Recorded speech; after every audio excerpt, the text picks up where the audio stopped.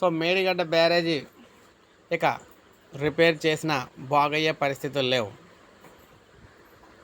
ఏకంగా సంచలన నిర్ణయం. మరమ్మతులు చేసినా గ్యారంటీ ఇవ్వలేం. మేడిగడ్డ బ్యారేజీపై ఎన్డీఎస్ఏ మధ్యంతర నివేదిక. 7వ బ్లాక్తో పాటు 8వ బ్లాక్ కూడా నష్టం వాటిల్లింది. 16 నుంచి 21 పిల్లర్లకు మరమ్మతులు అవసరం. నీటి నిల్వ చేయవద్దు. గేట్లన్నీ ఎత్తి ఉంచాలి.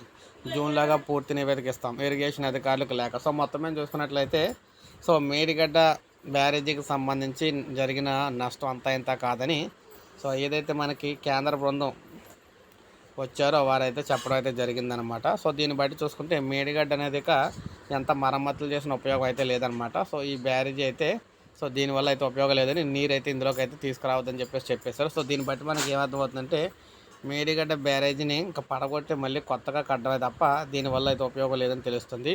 పరీక్షల అనంతరమే మరమ్మతులు. ఎక్కడ కుంగుబాటుకు గురైందో వివరిస్తూ చేయాల్సిన పరీక్షను నేషనల్ డ్యామ్ సేఫ్టీ అథారిటీ సూచనలు చేసింది. National Geography research institutions CWPRC ఇక్కడ పూణేతో భూగర్భ పరీక్షలు చేయాలని చెప్పేసి అనంతరం మరమ్మతులు చేపట్టిన తర్వాతే సో దీన్ని ఏం చేయాలని అయితే డిసైడ్ అవ్వాలని చెప్పేసి వీరైతే చెప్తున్నారు. సో ఏది ఏమైనా ఒక్కసారిగా ఊహించని షాక్ అనేది తగిలింది. ఎందుకంటే ఈ డ్యామ్ అయితే పనితీరు అసలు బాగాలేదన్నమాట. సో ఇప్పుడే మనకు అప్డేట్ వచ్చింది. ఒక లైక్ చేయండి, సబ్స్క్రైబ్ చేసుకోవద్దు, మన ఛానల్ సబ్స్క్రైబ్